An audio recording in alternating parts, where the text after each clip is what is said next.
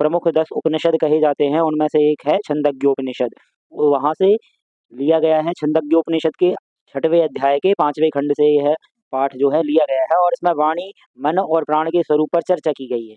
तो पाठ में बताया गया है कि वाणी क्या होती है, उसका स्वरूप क्या होता है, और मन क्या है, उसका स्वरूप क्या है, प्राण क्या होते हैं और प्राणों का स्वरूप क्या है। तो ये जो गूढ़ चर्चा है, जिसका ज्ञान भी छात्रों को होना चाहिए। क्या है, हमारे यहाँ छात्रों को अपने धार्मिक ग्रंथों के बारे में, वेदों के बारे में, उपनिषदों के बारे में कुछ भी पता नहीं होता है। छात्रों को उपनिषदों के बारे में भी थोड़ी बहुत जानकारी होना चाहिए, इसलिए इस पाठ को लिया गया है। नमस्कार दोस्तों, जय श्री राम। स्वागत है आपका हमारी इस वीडियो में।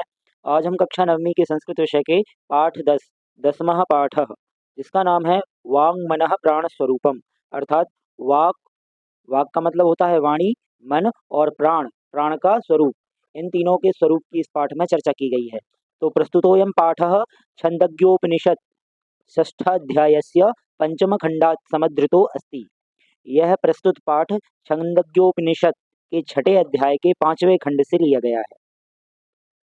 पाठ्यांशे विषयकम, प्राण विषयकम, वाक विषयकम च रोचकम तथ्यम प्रकाशितम अस्ति। पाठ के अंश में मन, प्राण और वाणी के विषय में रोचक तथ्य प्रस्तुत किए गए हैं। अत्र उपनिषदि वर्णित गुह्य तत्वानां सारल्येन अवबोधनार्थम आरुणि श्वेतकेतोः संवाद माध्यमेन वांग मनः प्राणानां परिचर्चा कृता अस्ति। अर्थात यहाँ उपनिषद में वर्णित गूढ़ तत्वों को सरलता से बोधगम्य बनाने के लिए आरुणि और श्वेतकेतु के संवाद के माध्यम से वाणी, मन और प्राणों की चर्चा की गई है। ऋषिकुल परंपरायां ज्ञान प्राप्तेः त्रीणि साधनानि सन्ति। ऋषिकुल परंपरा में ज्ञान प्राप्ति के 3 साधन हैं। तेषु परिप्रश्नो अपि एकम अन्यतमम साधनम। उनमें परिप्रश्न भी एक दूसरा साधन है। परिप्रश्न का अर्थ होता है प्रश्न के बाद में उत्तर मिलने के बाद पुनः प्रश्न करना, ये परिप्रश्न कहलाता है।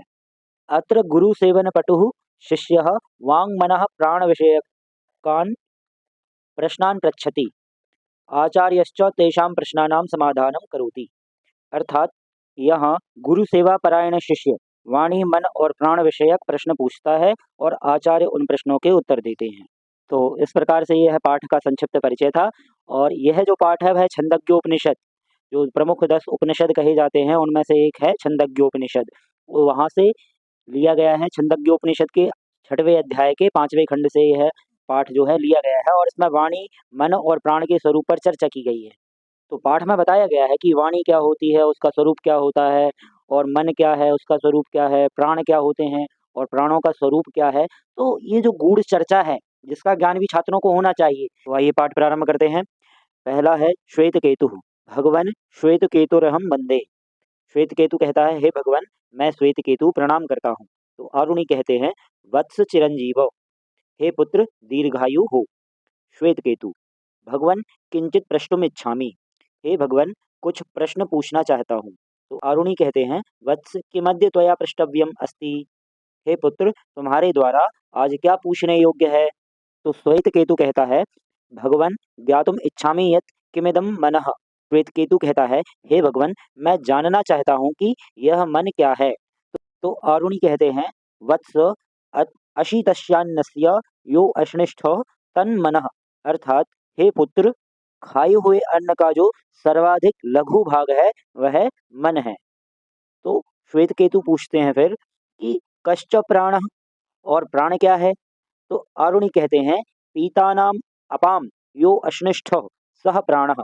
अर्थात पिए हुए जल का जो अत्यंत लघु भाग है वह प्राण है। तो इस प्रकार से आरुणि श्वेत केतु को कहते हैं। सबसे पहले श्वेत केतु पूछता है कि मन क्या है। तो आरुणि बताते हैं कि खाए हुए अन्न का सर्वाधिक लघु रूप जो है वह मन है। तो वो पूछते हैं कि प्राण क्या है। तो आरुणि कहते हैं, पिए हुए जल का जो अत्यंत लघु रूप है वह प्राण है। फिर इसके बाद श्वेत केतु पूछते हैं कि भगवान का इयम वाक, अर्थात वाणी क्या है। तो आरुणि कहते हैं, तेजसा यो अनिष्ठः सा वाक, सौम्य मनः, अन्नमयम प्राणः, आपोमयम वाक च तेजोमयी भवति इत्यप्यवर्धापयम्। अर्थात हे पुत्र, ग्रहण की गई ऊर्जा का सबसे छोटा सा भाग वाणी है। हे सौम्य, मन अन्न से निर्मित, प्राण जल से परिणत और वाणी अग्नि का परिणाम भूत होती है। यह भी समझने योग्य है। फिर इसके बाद श्वेतकेतु कहते हैं, भगवन भूय एव माम विज्ञापयतु, अर्थात हे भगवान, मुझे एक बार फिर समझाइए। तो आरुणि कहते हैं, सौम्य सावधानम शृणु, मिथ्या मनस्य दध्नः यो अणिमा सह ऊर्ध्वम समुदीशति तत्सर्पिः भवति, अर्थात हे पुत्र, ध्यान से सुनो, मथे जाते हुए दही की जो मलाई है वह ऊपर तैरने लगती है, वह घी होती है। श्वेत केतु कहते हैं, भगवान भवता घृतोत्पत्ति रहस्यम व्याख्याताम भूयो अपि श्रोतुम इच्छामि, अर्थात श्वेत केतु कहता है कि हे भगवान, आपने घी की उत्पत्ति के रहस्य की व्याख्या कर दी है, एक बार और सुनना चाहता हूँ। तो आरुणि कहते हैं, एवमेव सौम्या अस्य मानस्य अन्नस्य यो अणिमा सह ऊर्ध्वम समुदीशति तन्मनो भवति अवगतम न वा, अर्थात आरुणि कहते हैं, ऐसा ही पुत्र, खाए हुए अन्न की जो अणिमा है वह ऊपर आती है, वह मन होती है, समझे अथवा नहीं। तो श्वेत केतु कहता है, सम्यक अवगतम भगवन, अर्थात अच्छी तरह से समझ गया भगवन। फिर आगे आरुणि कहते हैं कि वत्स पीयमानानाम अपाम यो अणिमा स ऊर्ध्वम समुदीशति स एव प्राणो भवति, अर्थात हे पुत्र, पिए जाते हुए जल की जो अणिमा है वह ऊपर आती है और वह ही प्राण होती है। इसके बाद श्वेत केतु कहता है, भगवान वाचम अपि विज्ञापयतु, हे भगवान, वाणी को भी समझाइए। तो आरुणि कहते हैं, सौम्य अस्य मानस्य तेजसो यो अणिमा सह ऊर्ध्वम समुदीशति, अर्थात आरुणि कहते हैं, हे पुत्र, ग्रहण की गई ऊर्जा की जो अणिमा है वह ऊपर आती है, सा खलु वाक् भवति, वह निश्चय ही वाणी होती है।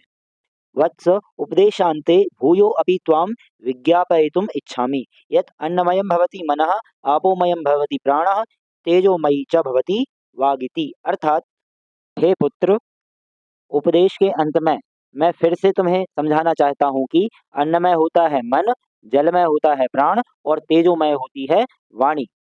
किंच यादृशम अन्नादिकं गृह्णाति मानवस्तादृशम एव तस्य चित्तादिकं भवतीति तम उपदेश सारः, अर्थात और मनुष्य जैसा अन्न ग्रहण करता है उसका मन आदि भी वैसा ही बन जाता है, यह मेरे उपदेश का सार है। वत्स एतत् सर्वं हृदयेन अवधारयताम, अवधारय, अर्थात हे पुत्र, यह सब हृदय में धारण कर लो।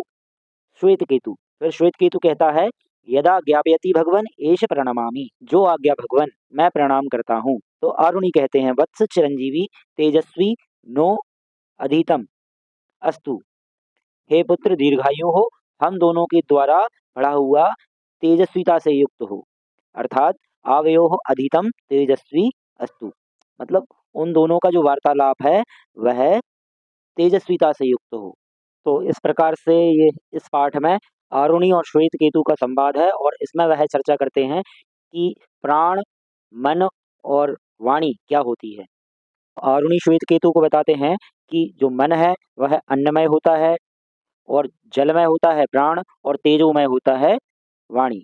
ठीक है, व्यक्ति जैसा अन्न ग्रहण करता है उसका वैसा ही मन होता है, वह जैसा जल ग्रहण करता है उसके प्राण उसी प्रकार के होते हैं। प्राण अर्थात एक प्राण को हम श्वास भी कह सकते हैं और तेजोमय व्यक्ति की वाणी होती है।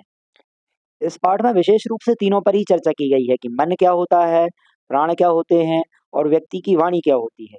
तो मन जो है वह अन्न से पुष्ट होता है, प्राण जो है, प्राण का यहाँ पे अर्थ है श्वास से, श्वास जो पुष्ट होती है जल से होती है और इन दोनों का जो तेज है उससे व्यक्ति की वाणी पुष्ट होती है। अस्तु, अब हम इस पाठ का अभ्यास कार्य करेंगे। तो आइए दोस्तों, अब इस पाठ का अभ्यास कार्य प्रारंभ करते हैं। पहला वाला प्रश्न है, इसमें कहा गया है एक पदेन उत्तरम लिखत, एक शब्द में उत्तर लिखिए। तो इसका पहला प्रश्न है, अन्नस्य कीदृशः भागः मनः, अर्थात अन्न का कैसा भाग मन है। तो अनिष्ठः, अनिष्ट भाग जो है वह मन है। अगला प्रश्न है, मध्यमानस्य दध्नः अनिष्ठः भागः किं भवति। तो उत्तर हो जाएगा इसका सर्पिः। इसके बाद तीसरा प्रश्न है इसी का, मनः कीदृशं भवति, तो उत्तर हो जाएगा अन्नमयम। मन किस प्रकार का होता है, तो अन्नमयम, अन्नमय होता है। तेजोमयी का भवति, तेजोमय कौन होता है, क्या है, तो उत्तर हो जाएगा वाक् अर्थात वाणी। अगला प्रश्न है पाठेस्मिन् आरुणिः कम उपदिशत, पाठ में आरुणि किसे उपदेश देता है, तो उत्तर हो जाएगा श्वेत केतु, श्वेत केतु को। अगला प्रश्न है वत्स चिरंजीव इति कह वदति, वत्स चिरंजीवी रहो, दीर्घायु रहो, यह किसका वाक्य है, कौन कहता है, तो उत्तर हो जाएगा आरुणि, आरुणि कहता है। अगला प्रश्न है अयम पाठः कस्मात् उपनिषद संग्रहीतः, यह पाठ किस उपनिषद से लिया गया है, तो उत्तर हो जाएगा छंदोग्योपनिषद। ठीक है। इसके बाद दूसरा वाला प्रश्न देखेंगे, इसमें कहा गया है अधोलिखितानां प्रश्नानां उत्तराणि संस्कृत भाषया लिखत, नीचे दिए गए प्रश्नों के उत्तर संस्कृत भाषा से लिखिए।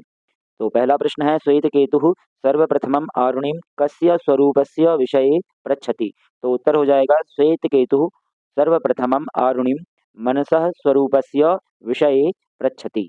दूसरा प्रश्न है इसी का, आरुणिः प्राणस्वरूपं कथं निरूपयति, तो उत्तर हो जाएगा आरुणिः प्राणस्वरूपं निरूपयन् कथयति यत् पीतानाम् अपां यो अनिष्टः सः प्राणः भवति। अगला प्रश्न है मानवानां चेतांसि कीदृशानि भवन्ति, तो उत्तर हो जाएगा मानवाः यादृशम् अन्नादिकं गृह्णन्ति तेषां चेतांसि तादृशानि एव भवन्ति। तो अगला प्रश्न है सर्पिः किं भवति, तो उत्तर हो जाएगा मध्यमानस्य दधनः यो अणिमा स ऊर्ध्वं समुदीशति तत् सर्पिः भवति। अगला प्रश्न है आरुणेः मतानुसारं मनः कीदृशं भवति, तो उत्तर हो जाएगा आरुणेः मतानुसारं मनः अन्नमयं भवति। इसके बाद तीसरा वाला प्रश्न है अस्तंभस्य पदानि वस्तंभेन दत्तैः पदैः सह यथा योग्यम योजयत, स्तंभ में जो शब्द दिए गए हैं उन्हें ब स्तंभ के शब्दों के साथ में यथा योग्य जोड़ना है। तो उत्तर में होगा इसका मनः जुड़ जाएगा अन्नमयम से, प्राणः जुड़ जाएगा आपोमयम से, और वाक जुड़ जाएगा तेजोमयी से। इसके बाद अगला अधोलिखितानां पदानां विलोम पदम पाठात् चित्वा लिखत, इस प्रश्न में हमें जो दिया गया है उसमें विलोम शब्दों को पाठ से चुन करके लिखना है। जैसे गरिष्ठः का हो जाएगा अनिष्टः, अधः का हो जाएगा ऊर्ध्वम, एक बारम का भूयः, अनविधीतम का हो जाएगा अवधीतम, किंचित का हो जाएगा सर्वम। उसके बाद चौथा वाला प्रश्न है, इसमें कहा गया है उदाहरणम अनुसृत्य निम्नलिखितेषु क्रियापदेषु तुमुन प्रत्ययम योजयित्वा पद निर्माणम कुरुत। तो इस वाले प्रश्न में हमें जो शब्द दिया गया है, क्रियापद दिया गया है, उसमें तुमुन प्रत्यय जोड़ करके शब्द बनाना है। जैसे पृच्छ प्लस तुमुन तो हो जाएगा पृष्ठुम, वैसे ही श्रु प्लस तुमुन श्रोतुम, वंद प्लस तुमुन वंदितुम, पठ प्लस तुमुन पठितुम, क्री प्लस तुमुन कर्तुम, विज्ञा प्लस तुमुन विज्ञातुम, वी प्लस अ प्लस ख्य प्लस तुमुन, इसमें हो जाएगा विख्यातुम। फिर इसके बाद पांचवा वाला प्रश्न है, इसमें कहा गया है निर्देशानुसारम रिक्त स्थानानि पूरयत, तो निर्देश के अनुसार रिक्त स्थानों की पूर्ति कीजिए। तो पहले वाले में है अहम किंचित प्रष्टुम, इच्छ धातु का लट लकार होगा इच्छामि, तो वाक्य हो जाएगा पूरा अहम किंचित पृष्ठुम इच्छामि।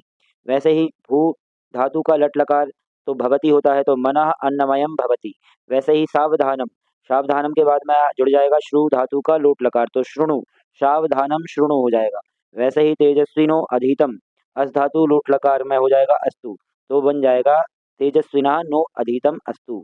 वैसे ही श्वेतकेतुः आरुणेः शिष्यः, अस धातु का लट लकार तो हो जाएगा आसीत, लंग लकार में क्या हो जाएगा आसीत। वैसे ही इसका आप दूसरे वाले का देखेंगे इसी का, उसका है उदाहरणम अनुसृत्य वाक्यानि रचयत, तो वाक्यों की रचना करनी है उदाहरण को देख करके। तो उदाहरण दिया है हमें अहम स्वदेशे सेवितुम इच्छामि, तो वाक्य हो जाएगा का पहला वाक्य हो जाएगा अहम शिष्यम उपदिशामि, दूसरा वाक्य हो जाएगा अहम गुरुम प्रणमामि, तीसरा वाक्य हो जाएगा अहम छात्रम आज्ञापयामि, इसके बाद हो जाएगा अहम गुरुम पृच्छामि, फिर हो जाएगा अहम सत्यम अवगच्छामि। ठीक है। इसके बाद छठवा वाला प्रश्न देखेंगे, इसमें कहा गया है संधि कुरुत, संधि करना है। जैसे क वाला है असितस्य अन्नस्य, असितस्य अन्नस्य, तो हो जाएगा असितस्यान्नस्य। दूसरा है इति प्लस अपि प्लस अवधार्यताम, अवधार्यम, तो हो जाएगा इत्यवधार्यम। फिर वैसे ही गवाला का इयम का हो जाएगा केयम, नो अधीतम का हो जाएगा नावधीतम, भवति इति का हो जाएगा भवती इति। फिर इसके बाद दूसरा वाला जो प्रश्न है, इसमें कहा गया है स्थूल पदानि अधिकृत्य प्रश्न निर्माणम कुरुत, जो स्थूल या रेखांकित शब्द हैं इनको आधार बना करके वाक्य का प्रश्न बनाना है।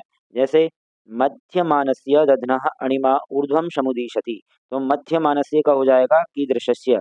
तो वाक्य हो जाएगा कीदृशस्य दध्नः अणिमा ऊर्ध्वं समुदीशति। वैसे ही अगले में देखेंगे भवता, भवता की जगह हो जाएगा केन। फिर तीसरे वाले वाक्य में श्वेत केतु रेखांकित है, इसकी जगह हो जाएगा कह। फिर चौथे वाले वाक्य में वाग विषय ये रेखांकित है, इसकी जगह हो जाएगा किम। ठीक है। फिर इसके बाद में सातवां वाला प्रश्न है, इसमें कहा गया है पाठ्यांशे सारांशम पंचवाक्ये लिखत। पाठ का सारांश 5 वाक्यों में लिखिए। तो पहला हो जाएगा मनः अन्नमयम भवति, दूसरा हो जाएगा प्राणः आपोमयम भवति, तीसरा हो जाएगा वाक् तेजोमयी भवति, चौथा हो जाएगा मानवाः यादृशम अन्नादिकम गृह्णन्ति तेषां चेतांसि तादृशानि एव भवन्ति। पांचवा वाक्य हो जाएगा आरुणि श्वेतकेतुः वांग मनः प्राण स्वरूपम सम्यक उपदिष्टवान। तो इसी प्रश्न के साथ में ये पाठ हमारा समाप्त हो जाता है। आशा है आपको समझ में आया होगा। जय श्री राम।